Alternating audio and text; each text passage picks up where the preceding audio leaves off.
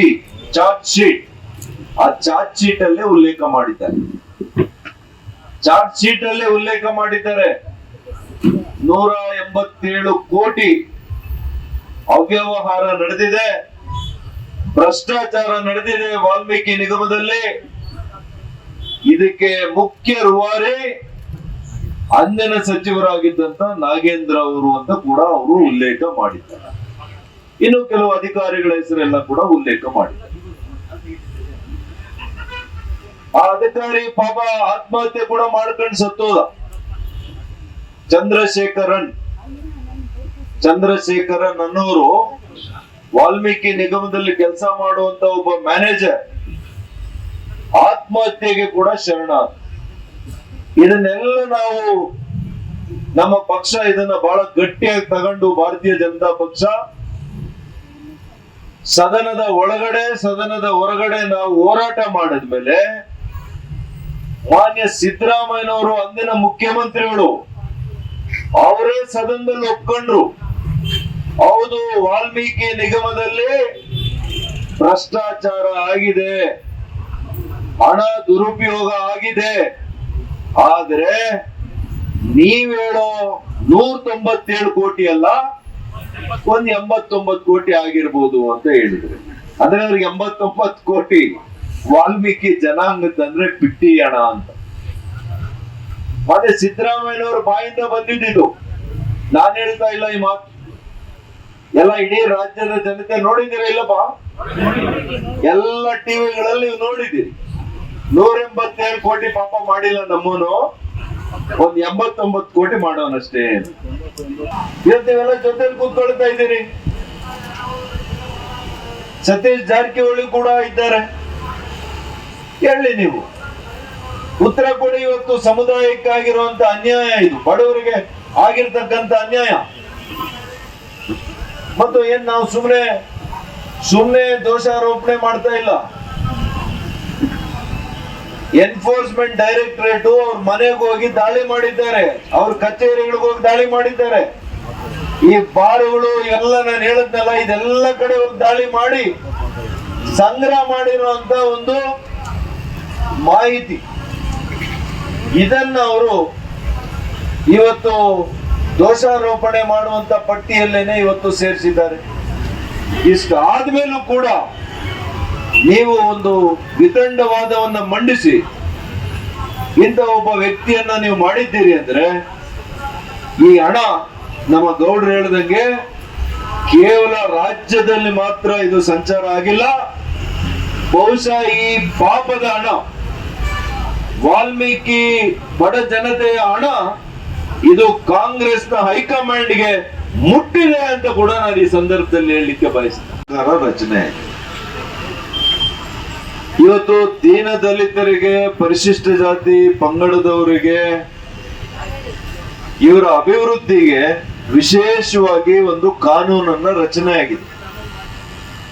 ಅದು SCP TSP ಹಣದಲ್ಲಿ ಇವರು ಎಲ್ಲಿ ವಾಸ ಮಾಡ್ತಾರೆ, ಈ ವರ್ಗದವರ ಸಮುಚ್ಚಯಗಳನ್ನ ಎಲ್ಲ ರೀತಿಯಲ್ಲಿ ಕೂಡ ಅಭಿವೃದ್ಧಿ ಮಾಡುವಂತ ಯೋಜನೆ. ಅದೇ ರೀತಿ ಇವ್ರ ಮಕ್ಕಳಿಗೆ ಸ್ಕಾಲರ್ಶಿಪ್, ಪರಿಶಿಷ್ಟ ಜಾತಿ ಪರಿಶಿಷ್ಟ ಪಂಗಡದ ಬಡವರ ಮಕ್ಕಳಿಗೆ ಸ್ಕಾಲರ್ಶಿಪ್ ಕೊಡ್ಲಿಕ್ಕೆ, ಬಡ ರೈತರ ಜಮೀನುಗಳಲ್ಲಿ ಬೋರ್ವೆಲ್ಗಳನ್ನ ಹಾಕ್ಸ್ಲಿಕ್ಕೆ, ಇದೆಲ್ಲಕ್ಕೂ ಕೂಡ ಅನುದಾನವನ್ನ SCP ಮತ್ತು TSP ಯಲ್ಲಿ ಇಟ್ಟದ್ದು. ಆದ್ರೆ ಕಾಂಗ್ರೆಸ್ ಸರ್ಕಾರ ಬಂದ ಮೇಲೆ ಯಾರ ವೋಟ್ನಿಂದ, ಯಾರು ಮತಗಳಿಂದ ಇವತ್ತು ಕಾಂಗ್ರೆಸ್ ಸರ್ಕಾರ ರಚನೆ ಆಯ್ತು, ಮೊದಲು ಅವರು ಕೊಳ್ಳೆ ಇಟ್ಟಿದ್ದು ಅವರ ಹಣಕ್ಕೇನೆ. ಇವತ್ತು ನೀವೇನೇನ್ ಬೇಕು ಅದು ಮಾಡಿ ಚುನಾವಣೆಗೆ ಹಣ ಸಂಗ್ರಹ ಮಾಡಬೇಕು ಅಂತ ಹೇಳಿದ್ರು. ಯಾವಾಗ ಅವ್ರು ಹೇಳಿದ್ರು, ನಾಗೇಂದ್ರ ಅವರು ಮೊದಲೇ ಬಳ್ಳಾರಿ ಹೆಸರುವಾಸಿ, ಧೂಳೆಲ್ಲ ಹಣ ಮಾಡಿರೋರು ಅಲ್ಲೇನಪ್ಪ, ಮಣ್ಣಿನ ಧೂಳಲ್ಲಿ ಕೋಟ್ಯಾಂತರ ಹಣವನ್ನ ನೋಡಿರೋರು, ಮಾಡಿರೋರು. ಇನ್ನ ರಾಜ್ಯದ ಮುಖ್ಯಮಂತ್ರಿಗಳೇ ಹಣ ಸಂಗ್ರಹ ಮಾಡಿ ಅಂದ್ರೆ ಹೇಳ್ಬೇಕ ಇನ್ನ? ಸರಿ, ಅವ್ರ ಇಲಾಖೆಯಲ್ಲಿರೋ ಹಣ ಎಲ್ಲ ಕೂಡ ನಾನು ತಗೋಬಹುದು ಅಂತ ಹೇಳಿ ಒಂದು ತೀರ್ಮಾನಕ್ಕೆ ಬಂದ್ರು. ಬಂದೇನ್ ಮಾಡಿದ್ರು, ಅವ್ರು ಕಾಣಿಸಿದ್ದು ಪರಿಶಿಷ್ಟ ಪಂಗಡದ ವಾಲ್ಮೀಕಿ ನಿಗಮದಲ್ಲಿ ಇರ್ತಕ್ಕಂತ ಹಣ. ವಾಲ್ಮೀಕಿ ನಿಗಮ ಇರೋದೇನಕ್ಕೆ? ವಾಲ್ಮೀಕಿ ಜನಾಂಗದ ಬಡವರ ಅಭಿವೃದ್ಧಿಯ ಕಲ್ಯಾಣಕ್ಕೋಸ್ಕರ. ಆ ಹಣವನ್ನ ಇವ್ರು ಏನ್ ಮಾಡಿದ್ರು, ಚುನಾವಣೆ ಬಂದಿದೆ, ಬಳ್ಳಾರಿ ಲೋಕಸಭೆಯನ್ನ ಗೆಲ್ಸ್ಕೋಬೇಕು. ಏನ್ ಮಾಡಿದ್ರು, 187 ಕೋಟಿ ರೂಪಾಯಿಗಳು ವಾಲ್ಮೀಕಿ ನಿಗಮದಲ್ಲಿದ್ದಂತ 187 ಕೋಟಿ ಇದನ್ನ ಹೈದರಾಬಾದಿಗೆ ಹವಾಲಾ ಮೂಲಕ ಎಲ್ಲೆಲ್ಲಿ ಕಳಿಸಿದ್ರು? ಬಾರ್ ಅಂಡ್ ರೆಸ್ಟೋರೆಂಟ್ಗಳಿಗೆ, ಚೀಟಿ ನಡೆಸುವಂತ ಚಿಟ್ ಫಂಡ್ಗಳಿಗೆ, ಪೆಟ್ರೋಲ್ ಪಂಪ್ ಸ್ಟೇಷನ್ಗೆ. ಇದು ನಾವ್ಯಾರು ಹೇಳ್ತಾ ಇಲ್ಲ. ಹೀಗೆ ತನಿಖೆ ಮಾಡಿದಂತ ಇಡಿ ಅಧಿಕಾರಿಗಳು ಹೇಳಿರುವಂತ ಮಾತಿದು. ಮತ್ತೆ ಅವ್ರೇನ್ ಸುಮ್ಮನೆ ಹೇಳಿಲ್ಲ ಅಂತ, ಅವರು ಕೂಡ ಅವನಿಗೆ ಬಿರುದನ್ನ ಕೊಟ್ರು. ಅದಾದ ಮೇಲೆ ನಮ್ಮ ಒತ್ತಾಯಕ್ಕೆ ಮಣಿದು, ನಮ್ಮೆಲ್ಲರ ಹೋರಾಟಕ್ಕೆ ಮಣಿದು ಸಿದ್ದರಾಮಯ್ಯನವರೇ ನಾಗೇಂದ್ರದ ರಾಜೀನಾಮೆಯನ್ನ ಪಡ್ಕೊಂಡ್ರ ಇಲ್ಲ? ಈ 1 ವರ್ಷದಲ್ಲಿ ಅವ್ರ ರಾಜೀನಾಮೆ ತಗೊಂಡ್ಮೇಲೆ ಮತ್ತೆ ಈಗ ಮೊನ್ನೆ ಸಿದ್ದರಾಮಯ್ಯನವರೇ ಇವತ್ತು ಡಿ.ಕೆ. ಶಿವಕುಮಾರ್ ಅವ್ರಿಗೂ ಅವರ ಒಳ ಒಪ್ಪಂದ ಏನಿದೆ ನಮ್ಗೆ ಬೇಕಾಗಿಲ್ಲ, ಅದು ಆ ಪಕ್ಷಕ್ಕೆ ಬಿಟ್ಟಿರುವಂತ ಒಂದು ಉಸಾಬರಿ, ನಮ್ಮ ಉಸಾಬರಿ ಅಲ್ಲ. ಅವ್ರ ಮಧ್ಯೆ ಏನ್ ನಡೆದಿತ್ತು, ಏನ್ ಅಂಡರ್ಸ್ಟ್ಯಾಂಡಿಂಗ್ ಆಗಿತ್ತು, ಏನ್ ಕಮಿಟ್ಮೆಂಟ್ ಇತ್ತು, ನಮಗೆ ಅದು ಅನವಶ್ಯಕ. ಈಗ ಹೊಸ ಮುಖ್ಯಮಂತ್ರಿಗಳು ಬಂದ್ರು. ಹೊಸ ಮುಖ್ಯಮಂತ್ರಿಗಳು ಬಂದ ಮೇಲೆ ಅವ್ರ ಭಾಷಣ, ಅವರ ರೀತಿ ನೀತಿ ನೋಡಿ ನಾನು ಕೂಡ ಬಹಳಷ್ಟು ಇವರು ಬದಲಾವಣೆ ಆಗಿದ್ದಾರೆ. ಹಿಂದೆ ಇದ್ದಂತ ಡಿ.ಕೆ. ಶಿವಕುಮಾರ್ ಅವರಲ್ಲ, ಇವರು ಬಹಳಷ್ಟು ಬದಲಾವಣೆ ಆಗಿದ್ದಾರೆ ಅಂತ ನಾನು ತಿಳ್ಕೊಂಡೆ. ಯಾಕೆಂದ್ರೆ ಅವರು ಮಾಧ್ಯಮದವ್ರ ಮುಂದೆ ಹೇಳ್ತಾ ಇದ್ರು, ನಾನು ಈ ರಾಜ್ಯದಲ್ಲಿ ಇರೋವರೆಗೂ 1 ರೂಪಾಯಿ ಭ್ರಷ್ಟಾಚಾರ ಆಗ್ಲಿಕ್ಕೆ ಬಿಡೋದಿಲ್ಲ ಅಂತ ಹೇಳಿ. ಆದ್ರೆ ಅದು ಹೇಳಿದ ಕೆಲವೇ ದಿನಗಳಲ್ಲಿ 187 ಕೋಟಿ ರೂಪಾಯಿ ಬಡವರ ಹಣವನ್ನ ನುಂಗದಂತ ನಾಗೇಂದ್ರ ಅವರನ್ನ ಮಂತ್ರಿ ಮಾಡಿ ನಿಮ್ ಪಕ್ಕದಲ್ಲಿ ಕೂಡಿಸ್ಕೊಂಡಿದ್ದಕ್ಕೆ ನೀವು ಉತ್ತರ ಕೊಡ್ಬೇಕಲ್ಲ ಮುಖ್ಯಮಂತ್ರಿಗಳೇ.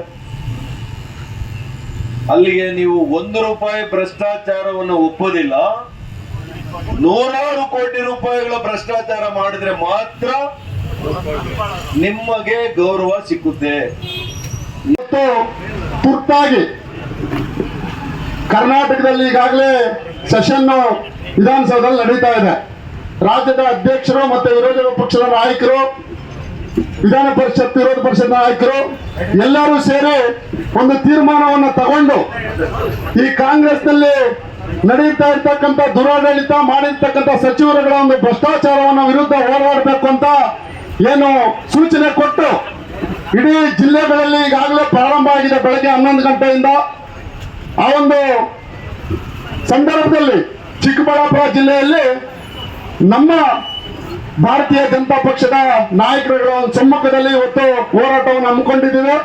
ಈ ಒಂದು ಕಾರ್ಯಕ್ರಮದಲ್ಲಿ ನಮ್ಮ ಈ ಭಾಗದ ಜಿಲ್ಲಾಧ್ಯಕ್ಷರಾದಂಥ ರಾಮಚಂದ್ರೇಗೌಡರು ಮತ್ತು ಈ ಭಾಗದ ಜನಪ್ರಿಯ ಲೋಕಸಭಾ ಸದಸ್ಯರು, ಮಾಜಿ ಮಂತ್ರಿಗಳು ಡಾಕ್ಟರ್ ಸುಧಾಕರಣ್ಣ ಅವರು, ಮತ್ತೊಬ್ಬ ಹಿರಿಯರು ಅವರು ನನ್ನ ಜೊತೆ, ಅವರು ಕೂಡ ನಾನು ಅವ್ರ ಜೊತೆ ಜಿಲ್ಲಾ ಪಂಚಾಯತ್ ಅಧ್ಯಕ್ಷನಾಗಿದ್ದೆ, ಕೇಶವರೆಡ್ಡಿ ಅವರು, ಗೋಪಿ ಅವರು, ನಮ್ಮ ನಿಕಟಪೂರ್ವ ಅಧ್ಯಕ್ಷರಾದಂಥ ರಾಮಲಿಂಗಪ್ಪ ಅವರು, ಕೆ.ವಿ. ನಾಗರಾಜಣ್ಣ ಅವರು, ಅನೇಕರು ಇಲ್ಲಿರ್ತಕ್ಕಂಥ ನಮ್ಮೆಲ್ಲ ನಮ್ಮ ಪ್ರಭಾರಿಗಳಾದಂಥ ಡಾಕ್ಟರ್ ರಂಗೇಗೌಡರು, ಬಂದಿರ್ತಕ್ಕಂಥ ಎಲ್ಲ ಪದಾಧಿಕಾರಿಗಳೇ.